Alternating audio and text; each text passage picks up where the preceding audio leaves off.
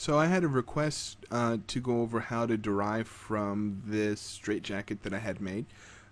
So basically, we're going to go over the whole entire process on getting the product into the previewer, how to download the templates for the product, and how to go inside the previewer, um, upload custom textures to your object, and to help dissect the template to the mesh. Um, that may or may not make sense, but hopefully by the end of this thing it will. So once you have a product that you want to derive from, I'm just going to go ahead and just close this before we get going. Goodbye. Cool. So once you find a product that you would like to derive from, just go ahead and find out if it's able to be derived. We go down to the bottom where it says Creator Tools, and there's if you're lucky, there's going to be a link that says Derive from Product. I have a bunch of extra stuff here because I own the product. So, most likely you're not going to see this. Afterwards, you're going to get yelled at by this little pop-up window saying, hey, that link wants to open up some software. Just go ahead and hit launch. You log into your previewer. And we're going to get yelled at again. I just hit no. That's just talking about the preview or pre-release.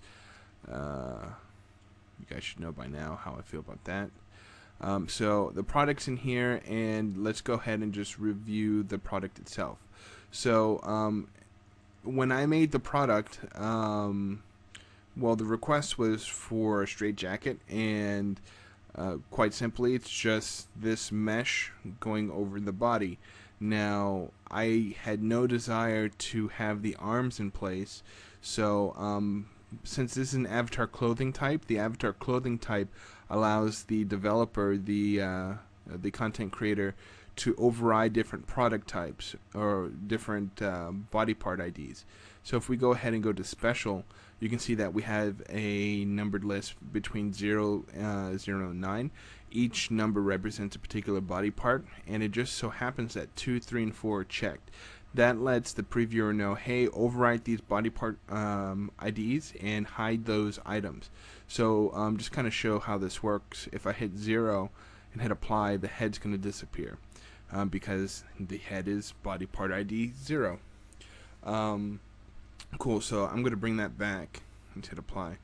Now, what's hidden, what I have hidden are is the torso, left arm, and right arm. So if I go ahead and hit 4, 3, will it let me bring the arms in? No. That's fine because I don't want them there.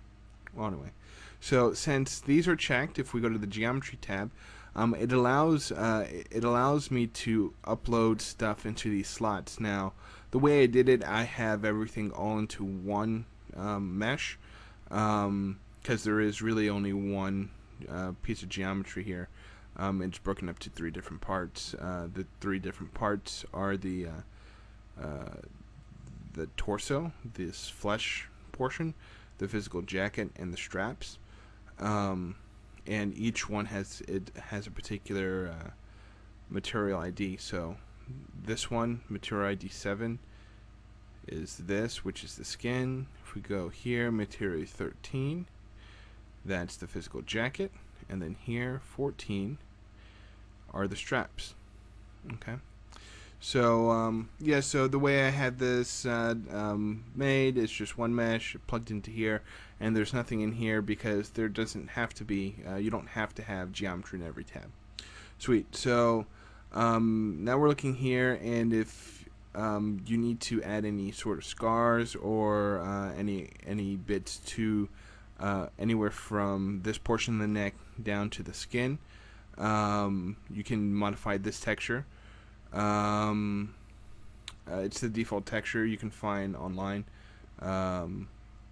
or we can go ahead and go to this section and we can download the template for this. So in order to get the template for this product, I'm just going to go ahead and slide this to my other monitor. We're just going to go up to the template section, and we're just going to click right here. This button will download the template. It's going to be a zip called templates, and once that's downloaded, we can go ahead and open this up. Actually, I should have it open already. And this is what it's going to look like. Here we have a bunch of different files.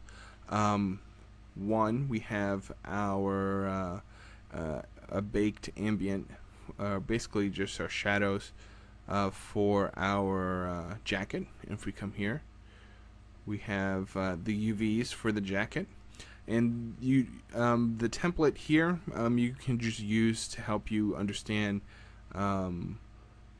where the paintable areas are. So anything within this outline, when you paint on it, will show up within your model. And then we have the straps and buckles, which is just a template for that. And then we also have the shaded version, the shaded texture for the straps and buckles. So what we're going to do, we're going to go ahead and just kind of do a quick test to see how the heck to decipher this information on our model. So I'm just going to go ahead and put this on my desktop, and it's going to download, and it's saying it's ready there, so I'm just going to copy and replace. So I'm going to open up my image editing software, which happens to be Photoshop, and I'm just going to go ahead and close that. I don't want to save it, and let's reopen this file.